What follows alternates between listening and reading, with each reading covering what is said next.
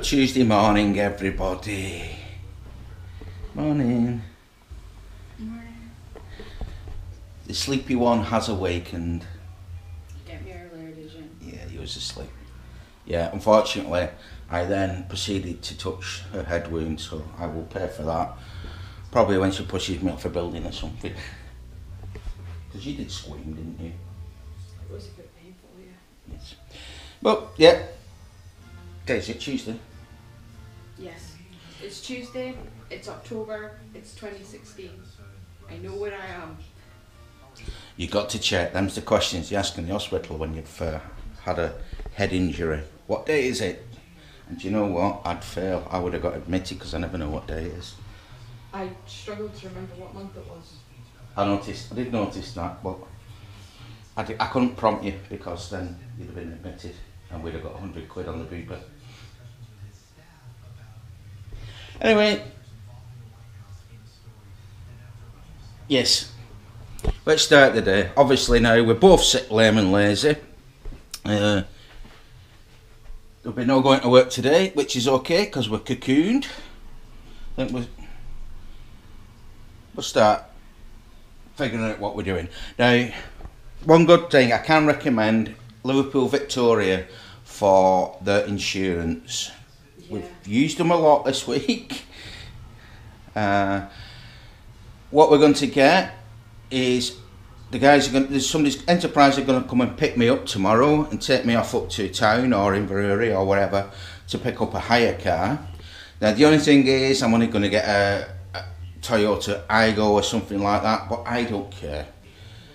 Because then what we can do, we can pick that up and they're going to allow us to drive that to Manchester and drop it off. So we're not catching the megabus, which is alright. Part of the experience gone, but it means that we can get up on next Wednesday morning and we can amble our way down to Manchester and get there in our own pace in somebody else's car. Yeah, we'll need to double check that we can drop the car off at Manchester Airport and finish the hire from there. Otherwise... Well, the thing is, what we need to do is finish the hire. They'll issue the check while we're in Florida, won't they? Yeah, so if we can do a one-way trip, brilliant. If we can't, not so brilliant. We'll get back to you on that one. It's raining. With all the to-ing and fro-ing yesterday, I forgot to bring the bin back in.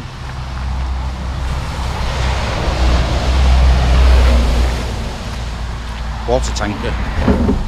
Oh well.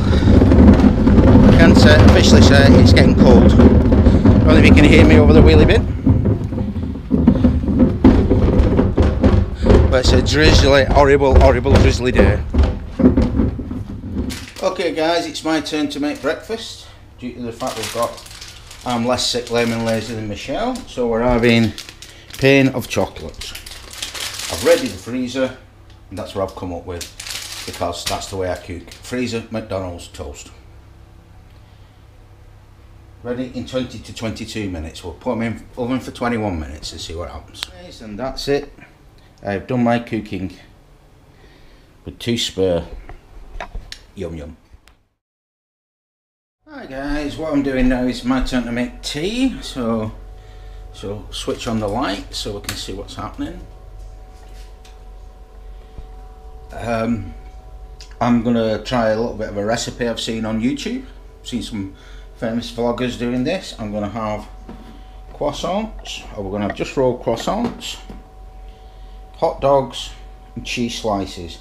What I'm going to do is take the hot dogs, slice them down, put cheese in them, wrap them in croissants and bake them, and that's going to be tea. So let's see what happens. Let's see what they turn out like. It could be horrible, we could be having egg, sausage and chips shortly.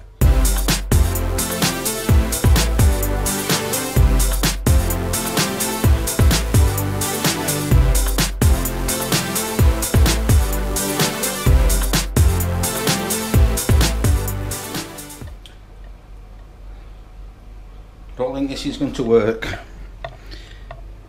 That is an absolute mess. But let's see what it comes out like. And there you go guys, there's my effort. I did make a mistake because I've used a tray with the holes in it for the pizza thing, and all the cheese is dripped off, and it is now all over the bottom of the oven. Well, yeah, that's to come out a little bit better than I thought they would. Let's see how good they taste.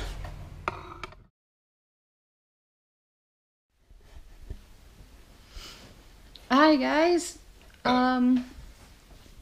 It occurred to me that I probably haven't talked to the camera today, and Alan was showing me yesterday's vlog.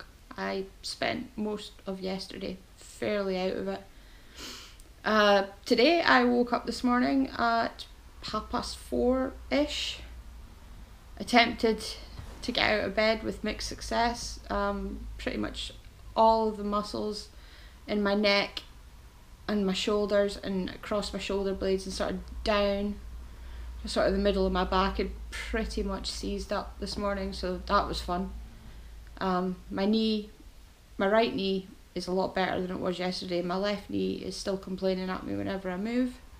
My head is still sore. It still hurts when I laugh, and it hurts when I sneeze and frown and smile and generally do anything that involves me moving my face. It also doesn't like changes in height, so if I stand up or sit down I feel a bit dizzy. I'm really unsteady on my feet. So I've spent most of today sat on the couch, not doing very much of anything, in all honesty. I spoke to my general manager. My own boss is off on holiday this week and next week.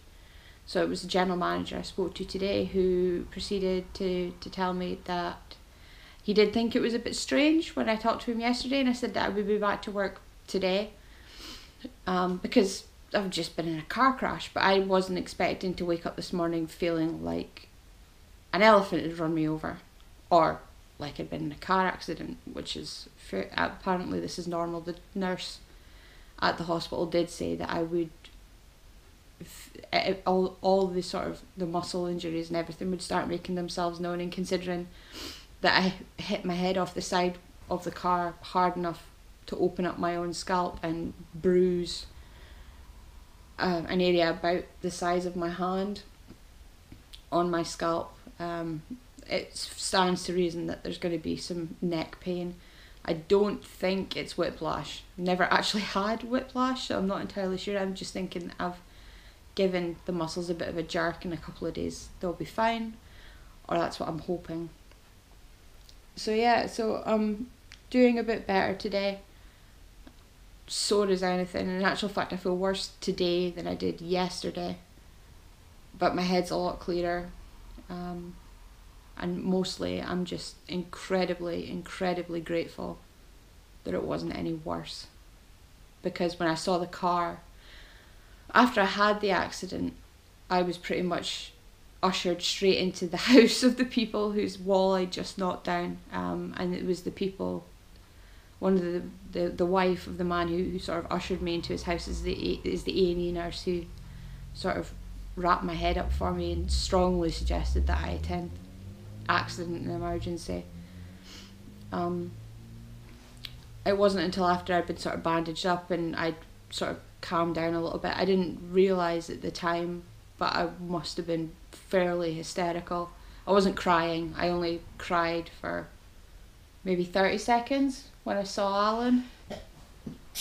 But I was very shaky. In actual fact, the first thing I did after I got out of the car was start picking up debris off the road while my blood was dripping down the side of my neck. It wasn't until somebody said, "You are aware you're bleeding, you need to sit down, you've just had a car accident," that I sort of thought to myself, this is probably not normal behaviour. So you've seen the photos on yesterday's vlog of what the car looks like and what the wall that I hit looks like. The insurance company have written it off. They didn't even need to see it. When I started explaining the totality of the damage that I'd done, the car's not worth repairing. It was only £1,000 when we bought it, and I've done at least twice that in damage. The front bumper, 2 headlights at the front, then the back panel is completely caved in, the lights on the back are gone as well. There's also, I know that there's something wrong with the clutch. probably the drive shaft, because the car wheels are pointing in two different directions.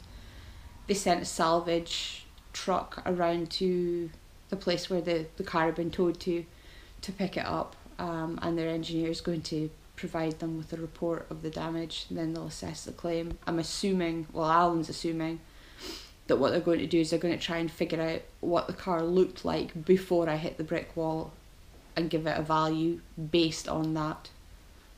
Either that, or they're trying to find some kind of body modification that I've done to it that I haven't told them about, which I haven't, because I'm not stupid. And then they're going to pay out their total loss claims adjuster person's going to call me and make me an offer for the cost of the car. So that's fine, and my work's fine, and I already told you that. Still a bit muddled, you'll have to bear with me. I got a text message from the insurance company this afternoon asking me to give them a call to tell them the location of the car. And I'm thinking to myself, I'm sure I told them yesterday where the car is. Maybe I didn't. It's all a bit messy in my head. I can't remember what I said and to whom should I say. But as it turns out, I did, and they've no idea why the person texted me, because their salvage people are going to pick it up today. The company that towed the car are going to clear it of our stuff, because I've just realised that your security pass for work will be in it. Oh, damn it. That's alright. I need a new one of them then. You'll need a new one of those if they haven't taken it out, but I would imagine that they will have done. Well, we'll find out. So Alan's hopefully going to get the courtesy car tomorrow, and he'll go and buy Kintor and pick that up, and depending on how I feel when I get up tomorrow morning will depend on whether I go with him or not. But at the moment I'm erring towards not. I'm hoping to go back to work on Thursday, because I'm due to finish on holiday a week today. In actual fact, a week today I'll be coming home, and that'll be me off on holiday. And even though Alan thinks I'm crazy, and I'm pretty sure everybody else thinks the same thing, I need to go in and make sure that I've got all my ducks in a row, because I'm handing my job off to 5 different people who don't do it on a daily basis, and I need to know it's right. I need to know it's right for my own peace of mind, and I also need to know it's right so that I can't come back to find 42 complaints about the way I've done my job, because believe it or not, it's happened before. And I don't want that. I don't want to come back from the holiday that we've been dreaming for 2.5 years and walk into a nightmare. That's not the word I was going to use, but this is a family vlog, so you can insert whatever crude insult you think I might have said at that point. So yeah, so that's where I am. I'm hoping I'm going to get a little bit more sleep tonight. Been taking painkillers on and off all day, paracetamol and ibuprofen. Everybody keeps telling me I should get stronger painkillers, but all I really need them to do is take the edge off and stop my head from feeling like something's sitting on it. Because with muscle pain, you've got to be careful not to do too much, and as long as I can still feel it, I know when I'm pushing too hard, so that's fine. So yeah, because I haven't spoken to the camera today, I thought I'd give you an update on where I am. Moving on. You're not worried about me taking this, you're stinting yourself. In what way? Well, you have less to take yourself. I take them. But I don't need painkillers, I'm never in pain. There is that. My brave soldier. And that's 9:30, so I think we're shutting down now and getting ready for bed. So with that, after Chelle explaining what she did to herself. What did I do to myself? Yeah, so take painkillers, I'm going to hanker on down now, whatever that means. Hunker down. Hunker down. Hanker on down. Hanker. Yeah. If you're hankering for something, you're like craving it. Oh, I'm always craving. Chocolate. Yeah. Well, as well. Okay guys, with that, it's a good night from me. And it's a good night from him. Good night, see you all tomorrow.